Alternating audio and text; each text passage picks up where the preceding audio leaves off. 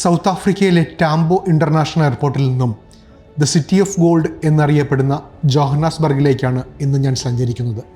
28 kilometre ദൂരമുണ്ട് ജോഹന്നാസ്ബർഗിലെ southern sun സാൻഡൻ ഹോട്ടലിലേക്ക്. അവിടെയാണ് ഇന്ന് ഞാൻ റൂം ബുക്ക് ചെയ്തിരിക്കുന്നത്. അരമണിക്കൂർ യാത്രയാണ് ഇവിടെ നിന്ന് ഹോട്ടലിലേക്ക് ഉള്ളതെങ്കിലും ഒരു സിറ്റി ടൂർ കൂടി നടത്തിയിട്ടേ ഞാൻ റൂമിൽ എത്തിച്ചേരുകയുള്ളൂ. സമയം ഇപ്പോൾ വൈകുന്നേരം 6:30 മണിയോടെടുക്കുന്നു. പരനാടൻ ട്രാവലറിൻ്റെ ജോഹന്നാസ്ബർഗ് കാഴ്ചകളിലേക്ക് ഏവർക്കും സ്വാഗതം. ദക്ഷിണാഫ്രിക്കയിലെ ഏറ്റവും വലിയ നഗരവും ലോകത്തിലെ ഏറ്റവും വലിയ 50 നഗരപ്രദേശങ്ങളിലൊന്നുമാണ് ജോഹന്നാസ്ബർഗ്. ജോബർഗ്, ജോസി അല്ലെങ്കിൽ ഇഗോളി, അതായത് സ്വർണത്തിൻ്റെ സ്ഥലം എന്ന് വിളിക്കപ്പെടുന്ന പ്രദേശമാണ് ഈ ജോഹന്നാസ്ബർഗ്. 1886 കാലഘട്ടത്തിൽ വൈറ്റ് വാട്ടേഴ്സ് റിഡ്ജ് സ്വർണം കണ്ടെത്തിയതിനെ തുടർന്നാണ് ജോഹന്നാസ്ബർഗ് സ്ഥാപിതമായത്. അതിനുശേഷം ലോകമെമ്പാടുമുള്ള ആയിരക്കണക്കിന് ആളുകൾ ഭാഗ്യം തേടി ഇവിടേക്ക് എത്തുകയുണ്ടായി. അതിൽ ഇന്ത്യക്കാരും ബ്രിട്ടനും യൂറോപ്പും ചൈനയും ഒക്കെ ഉണ്ടായിരുന്നു. പണ്ട് കാലം മുതൽക്കേ സ്വർണം ഏവർക്കും പ്രിയപ്പെട്ടതാണ്. ഒരു കൂടാര മൈനിങ് ക്യാമ്പിൽ നിന്ന് ഇന്ന് കാണുന്ന തിരക്കേറിയ ഒരു പട്ടണമായി ഇത് വളർന്നു വരികയായിരുന്നു. രണ്ടാം ആംഗ്ലോ ബോയർ യുദ്ധകാലത്ത് 1900-ൽ ബ്രിട്ടീഷ് സൈന്യം ജോഹന്നാസ്ബർഗ് കീഴടക്കി. പിന്നീട് ബ്രിട്ടീഷ് കോളനിയായ ട്രാൻസ്വാളിൽ സംയോജിക്കപ്പെട്ടു. 20-ാം നൂറ്റാണ്ടിൽ നഗരം ഒരു വ്യാവസായിക സാമ്പത്തിക ശക്തി കേന്ദ്രമായി വളർന്നു.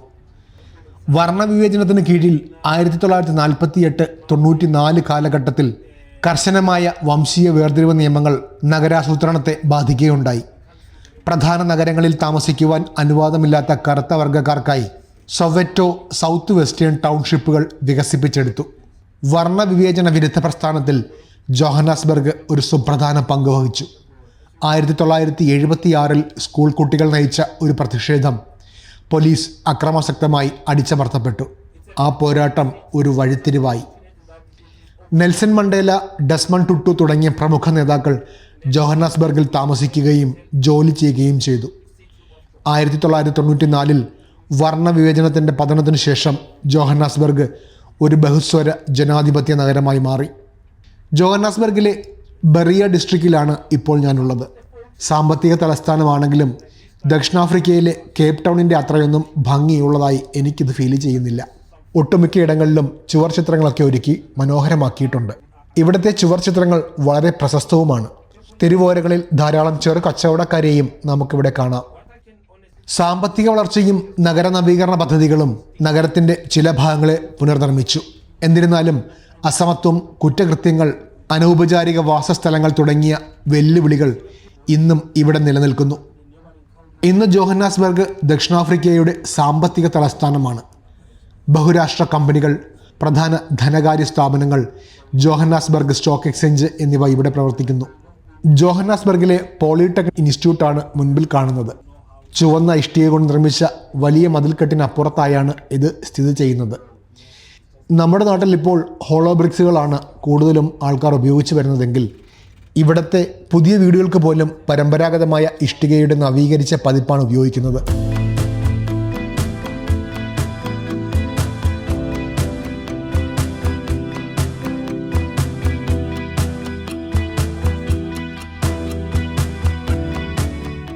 സിറ്റിയുടെ പ്രധാനപ്പെട്ട ഇടങ്ങൾ പിന്നിട്ട് മുൻപോട്ട് പോവുകയാണ്.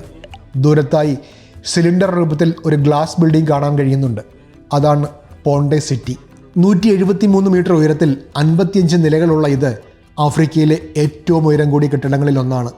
ആർക്കിടെക്ട് മാൻഫ്രഡ് ഹെർമർ ഡിസൈൻ ചെയ്ത് 1975-ൽ പൂർത്തീകരിച്ച ഈ കെട്ടിടത്തിന് പൊള്ളയായ കോറുള്ള ഒരു വ്യതിരക്തമായ സിലിണ്ടർ ആകൃതിയാണുള്ളത്. 1980-കളുടെ അവസാനത്തിൽ ഈ ടവറും പരിസരവും ഗുണ്ടാ സംഘങ്ങളുടെയും ഡ്രഗ്സ് മാഫിയകളുടെയും താവളമായി മാറി. മധ്യകോറിൽ 5 നിലകൾ വരെ മാലിന്യങ്ങൾ അടിഞ്ഞുകൂടി. 1990-ന് ശേഷം അധികൃതർ ഇതിനെ വീണ്ടും ഏറ്റെടുക്കുകയും പുതുക്കി പണിഞ്ഞ് സുരക്ഷിത സ്വത്തായി മാറ്റുകയും ചെയ്തു.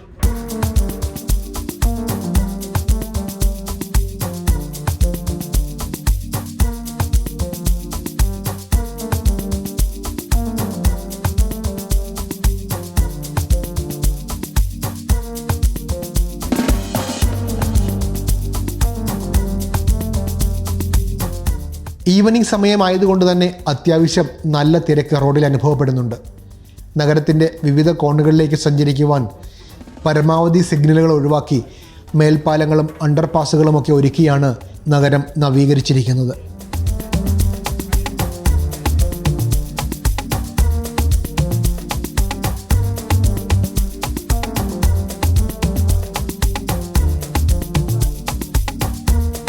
M1 ഷാൻഡൺ ഭാഗത്തേക്കാണ് എനിക്ക് പോകേണ്ടത്. കേബിളുകളിൽ തീർത്ത മനോഹരമായ ഒരു ബ്രിഡ്ജാണിത്. ഡിവൈഡറുകൾക്കപ്പുറത്തു കൂടി ഉണ്ടാക്കിയിട്ടുള്ള ചെറിയ നടപ്പാതയിലൂടെ ജോലി കഴിഞ്ഞ് വീടുകളിലേക്ക് മടങ്ങുന്നവരെയും ഈ തിരക്കിട്ട വീഥികളിലൂടെ സഞ്ചരിക്കുമ്പോൾ നമുക്ക് കാണാം. മറുവശത്തെ പാതയിൽ കണ്ണും മിഴിച്ച് സിഗ്നലുകൾക്കായി കാത്തുകിടക്കുന്ന കാറുകൾ കാണാനും ഒരു പ്രത്യേക ഭംഗിയാണ്. ഇതൊരു താഴ്ന്ന പ്രദേശമാണ്. സിറ്റിക്കുള്ളിലേക്ക് പ്രവേശിക്കും തോറും ഭംഗിയിൽ കൂടുതൽ വ്യത്യാസം വരുന്നതായി തോന്നുന്നുണ്ട്.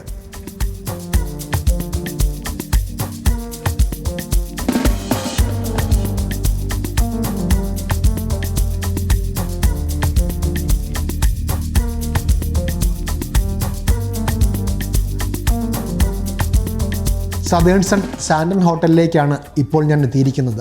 പുറത്തുനിന്ന് കാണുമ്പോൾ സാധാരണ ഒരു സ്റ്റാർ ഹോട്ടലായി ഫീൽ ചെയ്യുമെങ്കിലും അകത്തേക്ക് കയറുമ്പോൾ അതിൻ്റെ സ്വഭാവമേ മാറും. സതേൺ സൺ സാൻഡൺ ഹോട്ടൽ ഒരു 4 സ്റ്റാർ ഹോട്ടലാണ്. ആരും ഒന്ന് നോക്കി നിന്ന് പോകും. അത്രയ്ക്കും ഭംഗിയിലാണ് ഇൻറ്റീരിയർ ഡിസൈനൊക്കെ ചെയ്തിരിക്കുന്നത്. 3 ഗംഭീര വലിയ ഗ്ലാസ് ലൈറ്റുകൾ ടോപ്പിൽ നൽകിയിട്ടുണ്ട്. അതിൽ നിന്നും പുറത്തേക്ക് വരുന്ന വാം ലൈറ്റിൻ്റെ ഭംഗി ഈ ഹാൾ മുഴുവൻ വ്യാപിച്ചു കിടക്കുകയാണ്.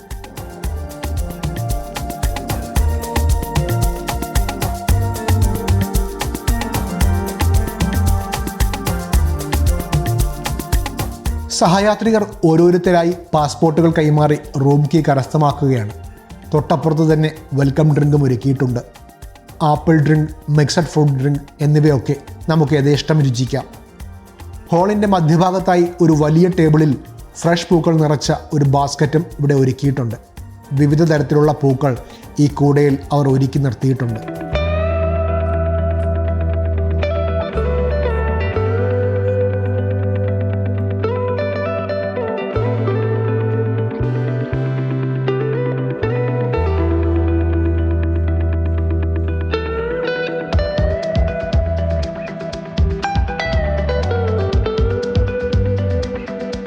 ലോബിയിൽ തന്നെ ഒരു മിനി ബാറും കസ്റ്റമേഴ്സിന് ഇരുന്ന് വിശ്രമിക്കുവാനുള്ള പ്രത്യേക ഏരിയയും ഒക്കെ ഒരുക്കിയിട്ടുണ്ട്.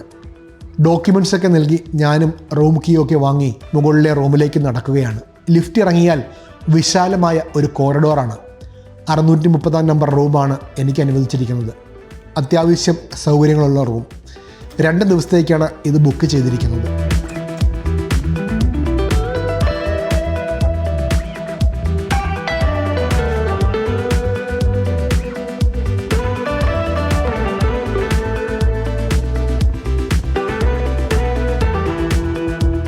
മെയിൻ ഡോറിനടുത്തായി തന്നെയാണ് ബാത്റൂം ഏരിയയും സജ്ജീകരിച്ചിരിക്കുന്നത്. സെപ്പറേറ്റ് ഗ്ലാസ് ഏരിയയൊക്കെ സ്ഥാപിച്ച് മനോഹരമായി തന്നെയാണ് ഇതും രൂപകൽപ്പന ചെയ്തിട്ടുള്ളത്. സമയം ഇപ്പോൾ രാത്രി 8 മണിയോടടുത്തിരിക്കുന്നു. ഫുഡ് കഴിക്കണം. അതിനായി ഷാൻഡൺ ടവറിലേക്കാണ് ഇനി പോകുന്നത് ഞാൻ. ഹോട്ടലിൽ നിന്നും ഓരോ 20 മിനിറ്റിലും അവിടേക്ക് ഫ്രീ ആയി വാനിൽ കൊണ്ടുവിടും.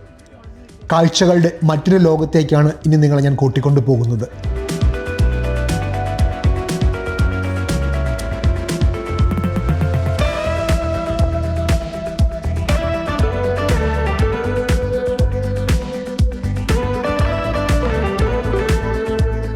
പാർക്കിംഗ് ഗ്രൗണ്ടിൽ നിന്നും സാൻഡൺ സൺ ടവറിലേക്കുള്ള പ്രവേശന കവാടമാണിത്. ആധുനിക രീതിയിലുള്ള ലൈറ്റിംഗ് സംവിധാനത്തിൽ ക്രമീകരിച്ചിരിക്കുന്ന ഒരു വലിയ ഷോപ്പിംഗ് മാളാണിത്. ജോഹന്നാസ്ബർഗിൻ്റെ ഹൃദയഭാഗത്തായാണ് ഈ വമ്പൻ മാൾ സ്ഥാപിച്ചിരിക്കുന്നത്.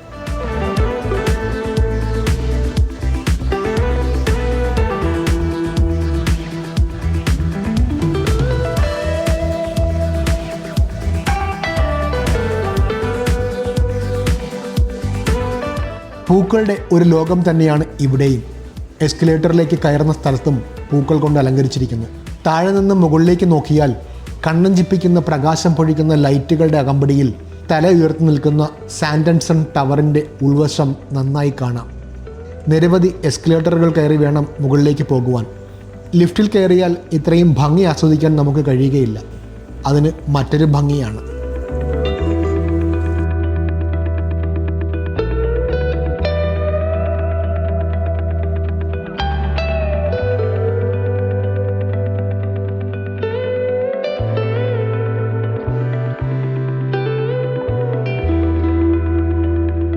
ഈ ടവറിൻ്റെ ഉൾവശത്തെ കാഴ്ചകൾ പകർത്താൻ വേണ്ടി എല്ലാവരും ഫോണുമായി കാത്തു നിൽക്കുന്ന മനോഹര കാഴ്ചയാണിത്. നല്ല വിശപ്പായതിനാൽ റെസ്റ്റോറൻറ്റ് ഏരിയയുടെ ഭാഗത്തേക്കാണ് ആദ്യം പോയത്. അകത്തും പുറത്തും ഇരുന്ന് കഴിക്കുവാനുള്ള സൗകര്യങ്ങളൊക്കെ ഇവിടെ ഒരുക്കിയിട്ടുണ്ട്.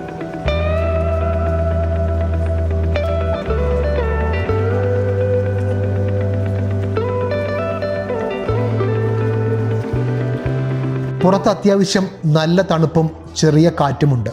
അതുകൊണ്ട് തന്നെ അവിടെ ഇരുന്ന് കഴിക്കുന്നവർക്കായി പ്രത്യേക തരത്തിലുള്ള ഫയർ ഗാർഡൊക്കെ ഇവിടെ ഒരുക്കിയിട്ടുണ്ട്. തണുപ്പിൽ നിന്നും രക്ഷ നേടുവാൻ ഗ്യാസിൽ പ്രവർത്തിക്കുന്ന ഉപകരണമാണിത്. അതിമനോഹരമായ രീതിയിലാണ് ഈ ഏരിയയും സജ്ജീകരിച്ചിരിക്കുന്നത്. അടിപൊളി സംഗീതവും കേട്ട് പുറം കാഴ്ചകളും കണ്ട് ആസ്വദിച്ച് ഭക്ഷണം കഴിക്കാം എന്നതാണ് ഇവിടുത്തെ പ്രത്യേകത. അതിനായി ധാരാളം ടൂറിസ്റ്റുകൾ നേരത്തെ തന്നെ ഇവിടെ എത്തിയിട്ടുമുണ്ട്. തൊട്ടടുത്തായി തന്നെ ഇൻ്റർനാഷണൽ ഹോട്ടലുകളും വ്യാപാര സമുച്ചയങ്ങളും ഒക്കെയുണ്ട്. എല്ലാം ഈ രാത്രിയിൽ ദീപാലങ്കാരങ്ങൾ കൊണ്ട് വളരെ മനോഹരമായാണ് എനിക്ക് അനുഭവപ്പെടുന്നത്. പുറത്ത് നല്ല തണുപ്പായതിനാൽ അകത്തിരുന്ന് കഴിക്കുവാൻ സഹയാത്രികർക്കൊപ്പം ഞാനും തീരുമാനിച്ചു.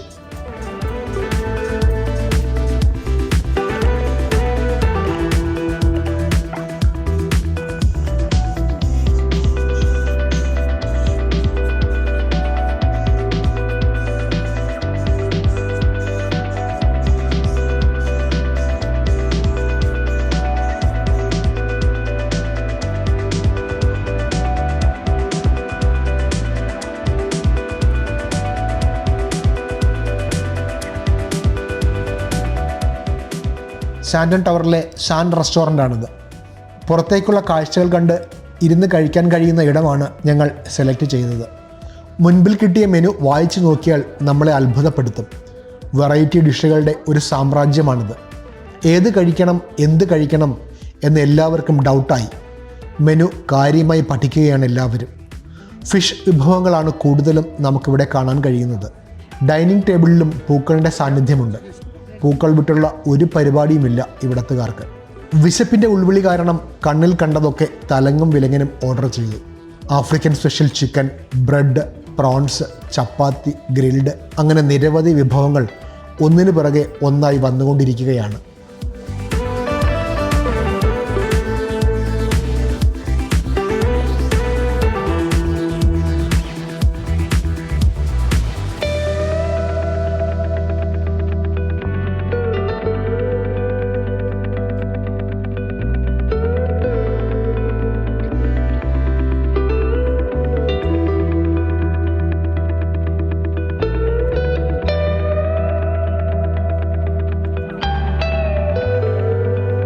സത്യം പറഞ്ഞാൽ വിഭവങ്ങൾക്കെല്ലാം നല്ല ടേസ്റ്റാണ്. എനിക്ക് ഏറ്റവും കൂടുതൽ ഇഷ്ടപ്പെട്ടത് ചിക്കൻ്റെ വിഭവങ്ങൾ തന്നെയായിരുന്നു. ഭക്ഷണത്തിനായി ഏകദേശം 1.5 മണിക്കൂർ സമയമെടുത്തു. അതിനുശേഷം മോളിൻ്റെ കാഴ്ചകൾക്കായാണ് ഇനി ഞാൻ പോകുന്നത്.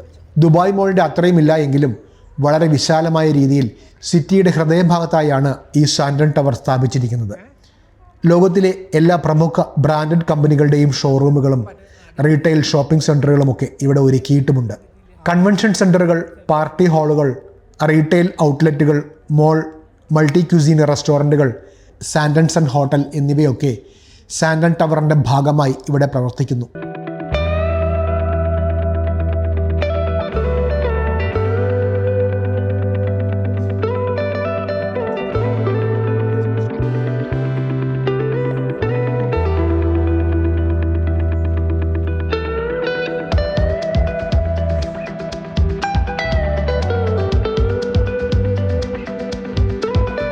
ഇരുവശങ്ങളിലും പലതരത്തിലുള്ള ഷോപ്പുകൾ ഈ ഏരിയയിൽ സജ്ജീകരിച്ചിട്ടുണ്ട്. അതിൻ്റെയൊക്കെ ഇൻറ്റീരിയർ ഡിസൈനുകൾ കാണുവാൻ ഒരു പ്രത്യേക ഭംഗി തന്നെയാണ്. തുണിത്തരങ്ങൾക്ക് ഒരു ഏരിയയാണെങ്കിൽ മറുവശത്ത് ബാഗുകൾ, ചെരുപ്പുകൾ, ജുവലറികൾ എന്നിങ്ങനെയാണ് ഇവ ക്രമീകരിച്ചിരിക്കുന്നത്. എസ്കലേറ്ററുകൾ കയറി മറ്റു ഫ്ലോറിലേക്ക് പോയാലും അവിടെയും കണ്ണഞ്ചിപ്പിക്കുന്ന കാഴ്ചകളാണ് നമുക്ക് കാണാൻ കഴിയുക.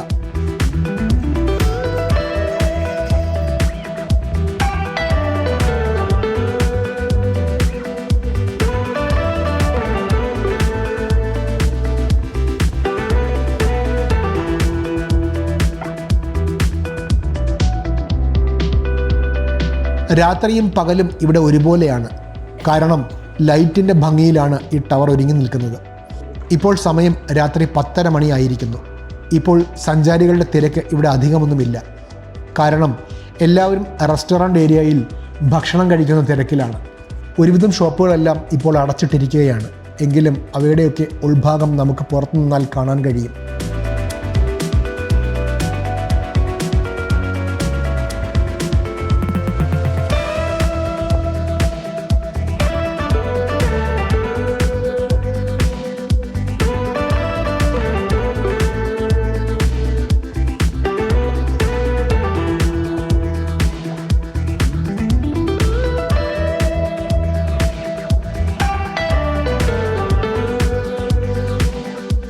ഇപ്പോൾ ഞാൻ എത്തിയിരിക്കുന്നത് ജുവലറി ഏരിയയിലാണ്.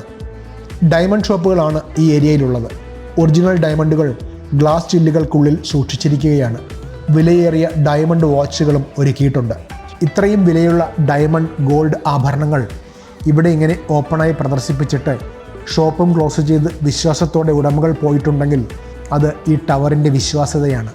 അത്രയും സെക്യൂരിറ്റി സർവീസാണ് അവർ ഇവിടെ നൽകുന്നത്.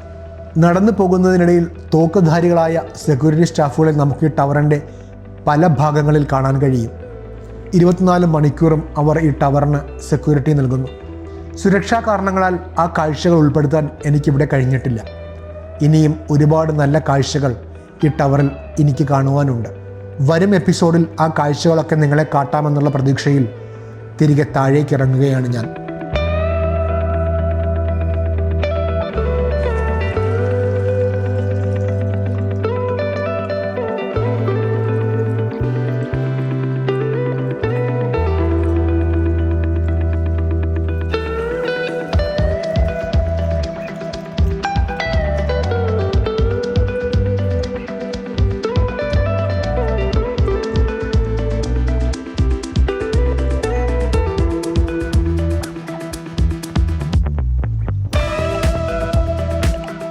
ടവറിന് പുറത്തേക്കിറങ്ങിയാൽ കാണുന്ന മനോഹര കാഴ്ചയാണിത്. സാൻഡൻടൺ ടവറിൽ നിന്നും റോഡിനപ്പുറത്തേക്ക് പോകുവാൻ ഒരു ബ്രിഡ്ജും ഇവിടെ പണി കഴിപ്പിച്ചിട്ടുണ്ട്. കളർ ലൈറ്റുകളുടെ വെളിച്ചത്തിൽ നഗരം സുന്ദരിയായി നിൽക്കുന്നു. ഒപ്പം നല്ല തണുപ്പും. തിരികെ ഹോട്ടലിലേക്ക് പോകുവാനുള്ള വണ്ടി കാത്ത് നിൽക്കുകയാണ് ഞാൻ.